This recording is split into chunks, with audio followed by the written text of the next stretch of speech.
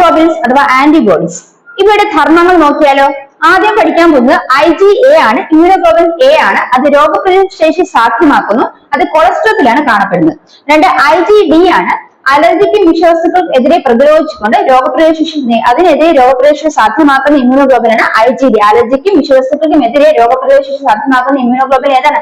IgD ആണ്.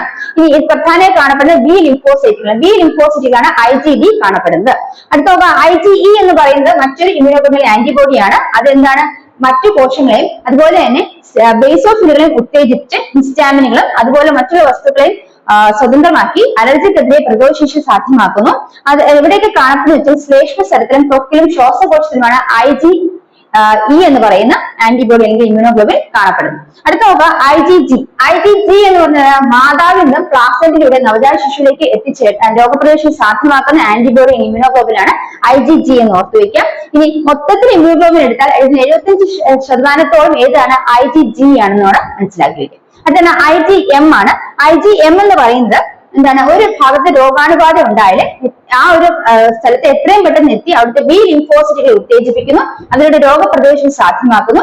ഇത് മനസ്സിലാക്കിയ മറ്റു പ്രധാനപ്പെട്ട പോയിന്റ് ഇമ്മ്യൂണോഗ്ലോബുലിനുകൾ വെച്ച് ഏറ്റവും വലുത് ഏതാണെന്ന് IgM ആണെന്ന് മനസ്സിലാക്കി വെക്കാം. അപ്പൊ നമ്മൾ ഇന്ന് പഠിച്ചതാണ് ഇമ്മ്യൂണോഗ്ലോബുലിൻസ് അല്ലെങ്കിൽ ആന്റിബോഡീസും അവയുടെ ഫംഗ്ഷൻസുമാണ്. അവിടെ IgA എന്ന് പറയുന്ന രോഗപ്രതിരോധ സാധ്യമാക്കുന്ന ഒരു ഇമ്മ്യൂണോഗ്ലോബുലിൻ ആന്റിബോഡിയാണ്. എവിടെയാണ് കാണപ്പെടുന്നത്? കൊളസ്ട്രോളിലാണ് കാണപ്പെടുന്നത്. ഇനി IgD ആണെങ്കിലോ അത് കാണപ്പെടുന്ന ബി ലിംഫോസൈറ്റുകളാണ്. അത് അലർജിക്കും വിഷവസ്തുക്കൾക്കും എതിരെ രോഗപ്രതിരോധ ശേഷി സാധ്യമാക്കുന്ന ഒരു ഇമ്മ്യൂണോഗ്ലോബുലിൻ ആന്റിബോഡിയാണ്. അടുത്ത IgE എന്ന് പറയുന്നതോ അത് ഈ കോശങ്ങളെയും അതുപോലെ തന്നെ ബേസോഫിലുകളെ ഉത്തേജിപ്പിക്കുന്ന ഹിസ്റ്റാമിനുകളും അതുപോലെ മറ്റു വസ്തുക്കളും സ്വതന്ത്രമാക്കി അലർജിക്കെതിരെ പ്രതിരോധിക്കുന്ന മറ്റൊരു ഇമ്മ്യൂണോഗ്ലോബുലിൻ ആന്റിബോഡിയാണ് IgE എന്ന് പറയുന്നത്. അത് പ്രധാനമായി കാണപ്പെടുന്ന ശ്ലേഷ്മസ്തരത്തിലും ത്വക്കിലും ശ്വാസകോശത്തിലുമാണ്. ഇനി IgG എന്ന് പറയുന്നത് മാതാവിൽ നിന്ന് പ്ലാസന്റയുടെ നവജാത ശിശുവിൽ എത്തി രോഗപ്രതിരോധം സാധ്യമാക്കുന്ന ഇമ്മ്യൂണോഗ്ലോബുലിൻ ആന്റിബോഡിയാണ്. ഈ മൊത്തം ഇമ്മ്യൂണോഗ്ലോബുലിനിൽ 75% എന്ത് തന്നെയാണ്? IgG ആണ് മനസ്സിലാക്കി വയ്ക്കുക. അടുത്ത IgM എന്ന് പറയുന്നത് എന്താണ്?